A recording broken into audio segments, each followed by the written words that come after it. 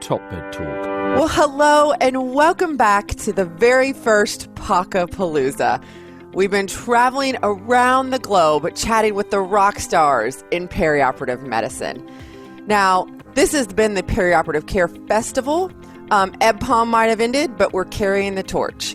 I'm Desiree Chappell, managing editor of Top Med Talk, and I'm the anchor for this event this evening and today.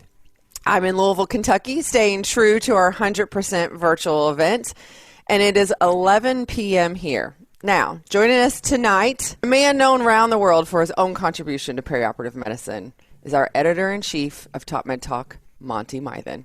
Tell us just really quickly a little bit more about POCAPALOOZA. So, POCAPALOOZA, the word palooza will be more familiar to people in the USA, but now I hope the palooza term is familiar to our whole global perioperative medicine family. Yeah. It's an extravagant event, so we wanted to come up with this sort of summary term for when we would try and do these global gatherings, ideally free, open access, a combination of exchange of intellectual ideas, but also fun and updates from around the world from our colleagues. We call it a palooza, but go for a POC, a perioperative care palooza, POCAPALOOZA. And we are in Hong Kong for our second to last stop. So we have Mike Irwin, friend of the Top Med Talk, the EBPOM family. Mike, how are you?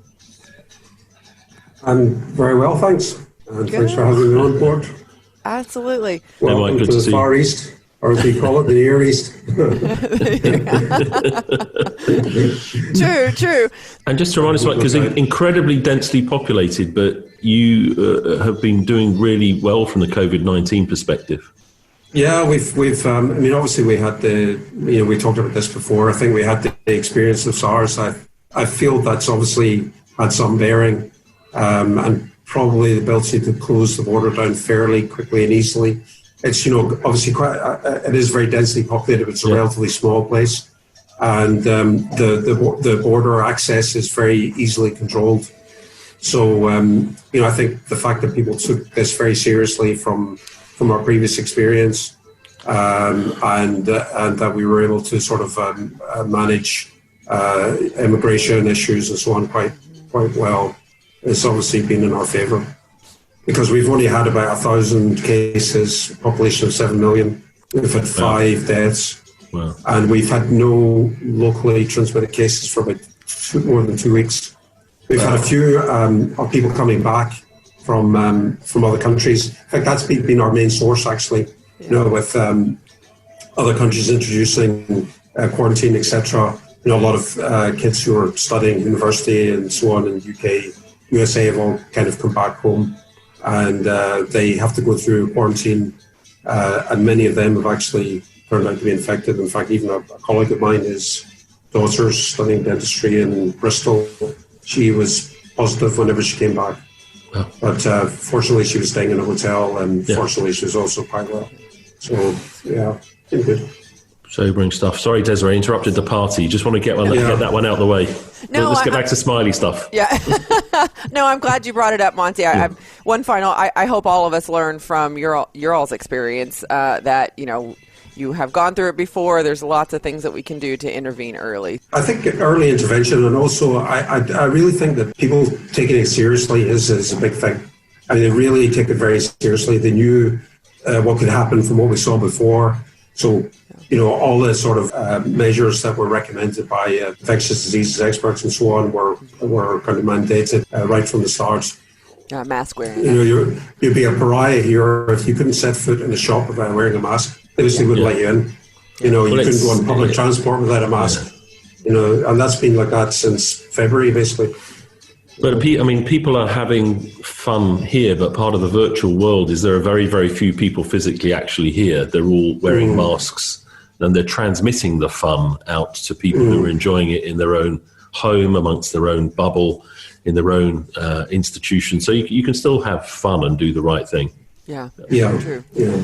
Well, Mike, for our viewers tonight who may not know your background, because obviously your accent is not that of a native. It's not that Hong Kong strong. Yeah. Tell us a little bit more about yourself. Okay, so I'm Irish. I was born in Belfast in Northern Ireland, and I went to university in Scotland, in Glasgow, when I was 17, and then stayed in Scotland to the age of 29, and then decided I wanted to go overseas somewhere for a year, do a bit of research, see the world. I ended up in Hong Kong for a year, and that was 1992, so 28 years later, still there. It's kind of even the decision to go somewhere. A lot of my colleagues did that. A lot of my friends did that around the same time. Some of them stayed in places like Australia, Canada, US as well.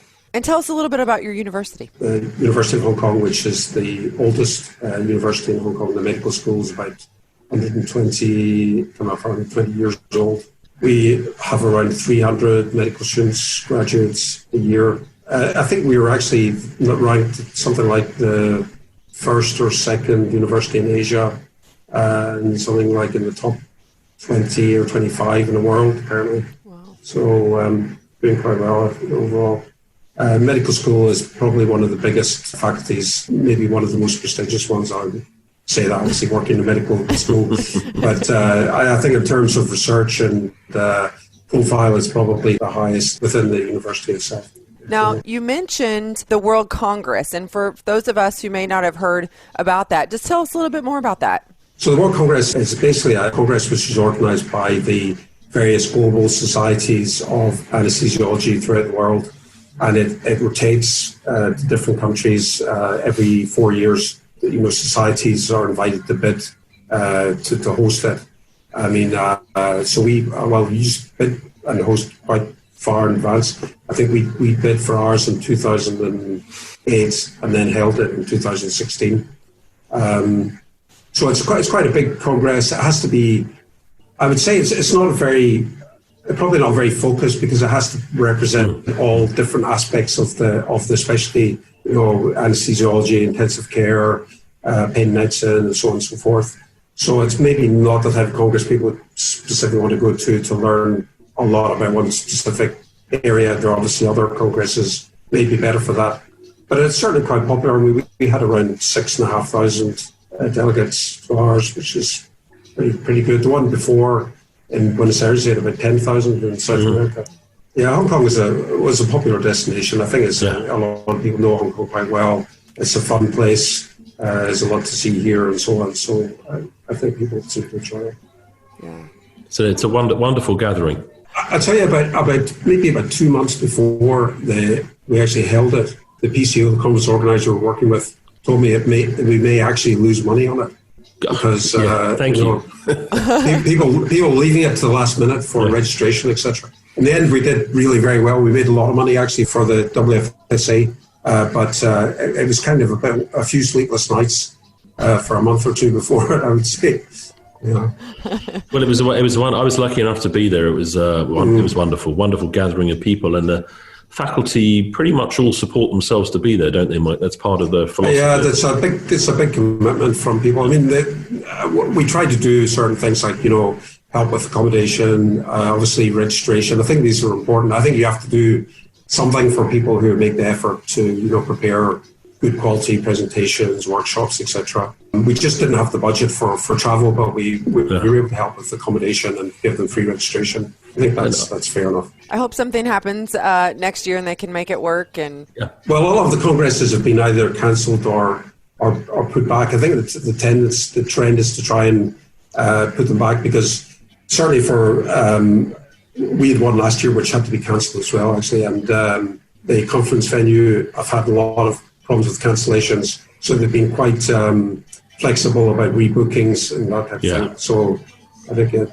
it's obviously a world trend. It's not just a local issue. But Mike, as part of the EBPOM family, you've run some evidence-based preoperative medicine meetings before. I think you've got one planned for this November, which we hope will go ahead. Even if it can't go ahead globally, it'll be a hybrid meeting at very least. Yes, we're really looking forward to that, and appreciate your support for that as well, because that's very important. We've run a couple of relatively small symposia, maybe 200-300 people. I organise those just through my department in the university, but obviously try to include as many different specialists and as many different hospitals as possible rather than just my own centre. I think that's, obviously one thing we could discuss, but in order to promote this concept, you can't really do it alone. You have to do it with all your clinical partners and other hospitals and so on. In fact, we've been working recently with the college to try to get some support from the college to do this as a more kind of college-based initiative rather than, university department type thing. We don't want it to be seen as being a kind of, I don't know what the word, but ivory tower or, academic issue. It's really not. There are huge benefits for patients. It's okay here for me. So I think it's very important to have the multidisciplinary issue because if we want to do it properly, we need to make people feel they're part of it and see the potential benefits for everyone and not just get the impression it's some sort of academic venture. The International Board of Perioperative Medicine, which is a group of individuals who we've been anchoring this POCAPALOOZA off, of which you're part of that original founding team, have got together just sort of to describe a curriculum. They're not a membership society. There's no sort of grandiosement that goes with it. It's really a way of collectively describing the mission and a curriculum. And it sounds like it's going pretty well in Hong Kong, perioperative medicine. Yeah, that's great. I think we've been a bit slow and probably a little bit conservative initially about adopting many of the initiatives, but in the recent few years, I think especially when we started, we ran the two symposia, we really started generating a lot of interest. Particularly, I think what I found was there were quite a few people who were doing little things on their own, and they weren't really aware of what others were doing, etc. And when we sort of get everybody together, there was kind of excitement, that there's a lot of things we can do here. Let's try this, try that, and so on. So since then, it's really taken off. Actually, really quite pleased with it.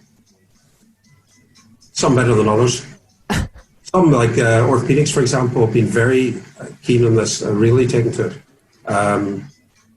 Partly because we had Henrik Kellett actually over once a few years ago, and Henrik made a massive impression, as did yourself when you were over actually. But he had for some reason he had an incredible impression on the orthopedic surgeons.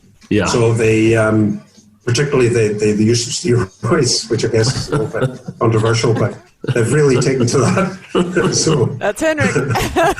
It's been good. In fact, I just did a workshop with the spine surgeons in our hospital. They organised a program to teach enhanced recovery for patients, as adolescent patients having spine surgery, which they're using, just like you were talking about, recorded lectures and so on, and presentations to spread the word in China and Asia. And a colleague of mine gave a talk the other day in China, which was attended by 80,000 online participants on enhanced recovery. Wow. So 80,000. 80,000. And we thought we were doing well with whatever we've got now, about 10,000. Well, apparently that is not unusual. Wow. The spine surgeon I worked with, he told me he did one on scoliosis, and he had about 40 or 50,000, and it's obviously, a smaller field than perioperative medicine. So huge potential. Brilliant. A lot of interest and huge potential. I think, in China is obviously have a lot of interest in this too. A little bit behind us, I would say, but certainly the will is there, and I think there's a lot we can do still. Yeah, Mike, just tell us, what do you think are some of the other things that you guys can do to get this going? I know you said you're reaching out to colleagues at other universities and other facilities and things like that. What are some of the other things that you guys are talking about doing to spread the word? Okay, well, I think firstly, one of the important things is to audit what we're doing. I think that's one thing. I think it's quite clear. You really have to audit what you're doing. You have to audit the change and audit the impact of the change. It's not necessarily, publishing in the New England Journal or whatever, but even publishing our local medical journal to show that we can do things which can make a difference in our environment. There's always a little bit of skepticism. People obviously can read the articles that are published in other journals and things from other countries, but there's always that little bit of skepticism whether we can do it here, whether our population's the same, whether the environment's the same, the social circumstances, all these things. So that's one of the things that we're doing. We're trying to set up better quality audit to look at the changes that we implement and the impact that they're having in terms of patient outcomes. So, I mean, some of these things have obviously been shown before elsewhere, but we want to try and show it on a local basis as well. Secondly is the multidisciplinary issue that we've touched on already. I guess a lot of anesthesiologists or anaesthetists, whatever you want to call them, have been involved in initiating this kind of work, particularly in the UK and in some other countries. So that's fine, but you really can't do it on your own. You have to do it with the other people that you work with. That's not just the surgeons, but, physiotherapists, occupational therapists, geriatricians, other physicians that are interested, nurses, of course, and everything. So this is probably one of the most truly multidisciplinary, changes that we can make in healthcare, and we have to get that message across. And we also have to get across, I guess it would vary from place to place, but here we don't want people to just think this is something for the teaching hospitals or whatever. Yeah. This is something all hospitals can do. It can be relatively simple. There may be a little bit of investment required initially because we work in a kind of socialised health system here, very similar to the National Health Service in the UK. So a lot of the funding comes from central government funding. So we need to be able to show them that what we're doing is making a difference in order to get support, financial and otherwise, to push this forward. And we've been quite successful in that, actually. I think in anesthesia itself, we've experienced this kind of thing before with things like pain medicine. I think initially there was a lot of difficulty. My predecessors had a lot of difficulty to set up acute pain services. Had to make a lot of special extra effort themselves, didn't get funded for it, weren't getting the time to do, patient follow-up, etc. But they pushed and they persisted, and now this is, very much standard care, and, would be unacceptable not to have it. And I think this is what's going to happen with these perioperative medical initiatives as well. In fact, it's starting to happen. Yeah. Mike, it sounds a lot like you guys have been focusing on like the enhanced recovery piece and really trying to get that piece in there. Are you doing a lot of other initiatives such as like, pre-op optimization, and, we talk a lot about the, diabetes, brain health. We just talked to Carol and Lee Fleischer about that. Do you feel like you're kind of getting into that spot yet? I know a lot of people kind of start with ERAS because it's a nice little bucket. Yeah. Well, we have, we are moving towards where probably in our main teaching hospital, probably around 50 to 70% of patients are now seen in preoperative clinics where we can initiate protocolized care for common illnesses like, diabetes is a good example, for example, and how to manage these. So we've set that up. We've just started a computerized system where when we see the patients, it's a full computerized system which actually can extract patients' health data from there. Everybody in the public hospital will have a computerized record of things like their renal function tests, etc. It can pull all that in along with the data that we put in and can do things like POCAPALOOZA scores and so on automatically for the patients. So we can do risk stratification for them in the clinic and discuss issues like that with the patient. We can discuss with the surgeon alternative surgical options, or if we feel it may not be appropriate to do certain things as well. So that's really developing quite well also. Great. Well, I think that's about all the time we have for our second to final stop in the POCAPALOOZA.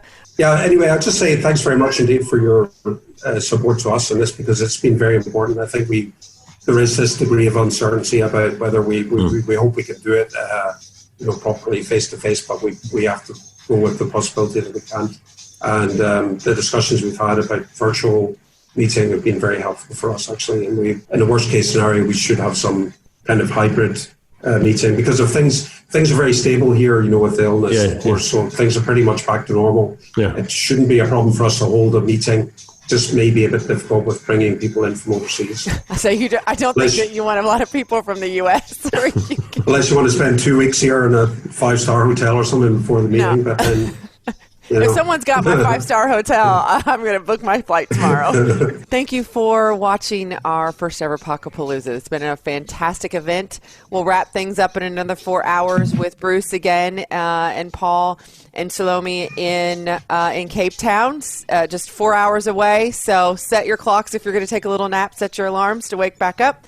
And we'll see you guys soon. Mike, thank you so much. It was great hearing from you. Oh, thanks, Desiree. It was good to be a part of it. Top Med Talk. Thanks for downloading Top Med Talk. Don't forget to subscribe via your podcatcher. Don't forget to check us out on social media. We're on Twitter, Facebook, LinkedIn, and YouTube. And also, don't forget, Top Med Talk is the broadcasting arm of EBPOM, Evidence-Based Perioperative Medicine. We'd love you to find out more about that. If you check out ebpom.org, you can find low prices on some of the conferences we're organising around the world. Many of them are virtual and don't even involve you leaving your own home. Check out ebpom.org now.